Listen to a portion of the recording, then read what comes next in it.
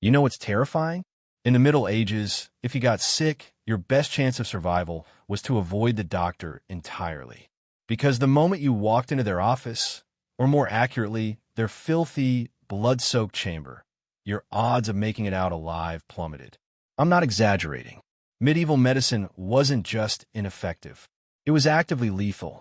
And if you stuck around, I'll show you exactly how these so-called healers turned simple illnesses into death sentences. But first, hit that like button and subscribe because this story gets way darker than you think. Here's the thing about medieval doctors. They weren't evil. They genuinely believed they were saving lives. But their entire understanding of the human body was based on ancient Greek texts, religious superstition, and pure guesswork. They thought disease was caused by an imbalance of four humors: blood, phlegm, black bile, and yellow bile. Yeah, your fever? Too much blood. Your cough? Not enough phlegm. It sounds ridiculous now, but back then, this was cutting-edge science. And here's where it gets dangerous. If they believe you had too much blood, they'd drain it out of you. If they thought you were poisoned, they'd give you actual poison as a cure. Every diagnosis was a coin flip between recovering naturally and being actively murdered by your treatment. But wait, it gets worse. Because these doctors didn't just have bad theories. They had the tools and the confidence to act on them. Let's start with the most popular medieval treatment, bloodletting. This was the go-to cure for almost everything: headaches, fevers, infections, even mental illness. The logic? If you're sick, you obviously have bad blood, so let's just remove it. They'd slice open your veins with a rusty blade or attach leeches to your skin and let them feast. And I mean feast. Patients would lose pints of blood in a single session. You'd walk in with a fever and walk out. Well, actually, you probably wouldn't walk out. You'd stumble out, pale, dizzy, and on the verge of organ failure. Here's the kicker. Bloodletting didn't just weaken you. It actively shut down your immune system. Your body was already fighting an infection, and now it had to deal with massive blood loss too. People didn't die from the plague or tuberculosis. They died because their doctor bled them until their heart gave out. And the worst part? Doctors saw patients dying after bloodletting and thought, we must not have taken enough blood. So they'd do it again and again until there was nothing left. But if you thought bloodletting was bad, just wait until you hear about their idea of medicine. Medieval doctors loved prescribing toxic substances as cures. Mercury, arsenic, lead, you name it, they made you swallow it. Mercury was especially popular. Got syphilis? Here, drink some liquid metal.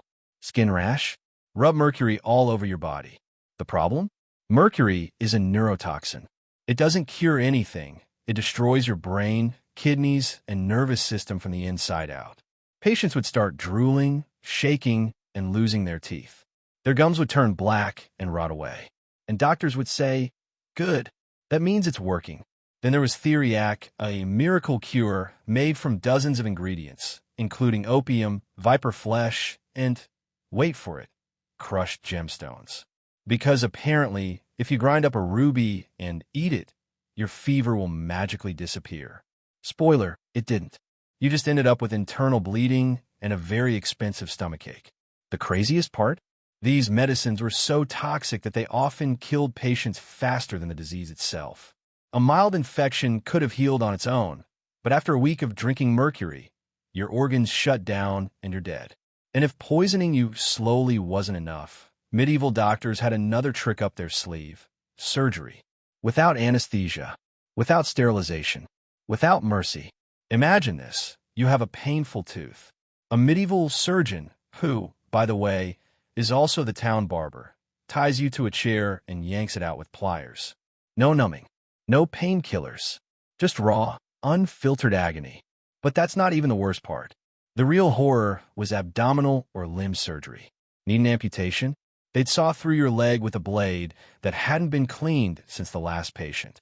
You'd scream until you passed out from shock. And if the pain didn't kill you, the infection would. Because here's the thing. Medieval surgeons had zero concept of germs. They'd operate with filthy hands, reuse blood-soaked tools, and pack open wounds with dirty cloth or even animal dung. Yeah, animal dung. They thought it would draw out the poison. Instead, It injected bacteria directly into your bloodstream.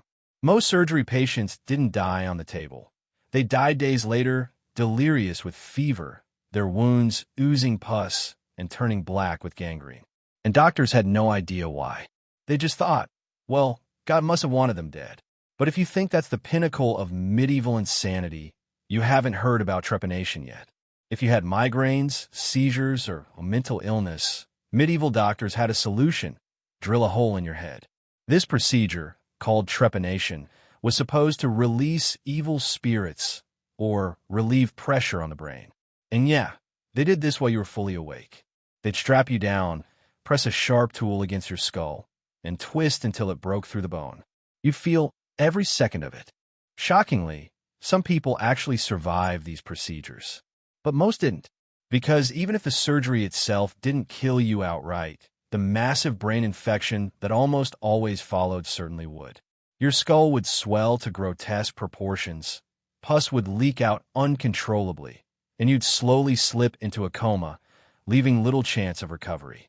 And yet, in the minds of the healers, it was a success. At least the evil spirits were gone, right? The terrifying irony is that many of these patients probably weren't suffering from anything life-threatening at all. What they might have had were stress headaches, migraines, or minor fevers, problems that could have been solved with simple rest, water, and care. But instead, they were treated with scalpels, leeches, and sometimes a literal power drill to the brain. And here's the thing: none of these horrific treatments were rare anomalies. Bloodletting, poisoning, organ mutilation, and skull drilling weren't fringe practices. They were the standard medical procedures for centuries. Millions of people didn't die because of the diseases themselves. They died because of the cures handed down by confident, yet completely clueless doctors. Medieval medicine wasn't just bad. It was effectively a death sentence. Physicians drained your blood, poisoned your organs, infected your wounds, and drilled holes into your skull, all while genuinely believing they were saving lives. The scariest part? They had absolutely no idea what they were doing. No understanding of bacteria, no knowledge of proper anatomy, no grasp of chemistry, just centuries of tradition, unwavering confidence, and a horrifying willingness to experiment on dying or even relatively healthy patients. Makes you incredibly grateful for modern medicine, doesn't it? If this story shocked you, smash that subscribe button, because history is packed with mind-blowing, terrifying truths like this. Drop a comment and tell me, would you have survived in medieval times? Because statistically, chances are you probably wouldn't.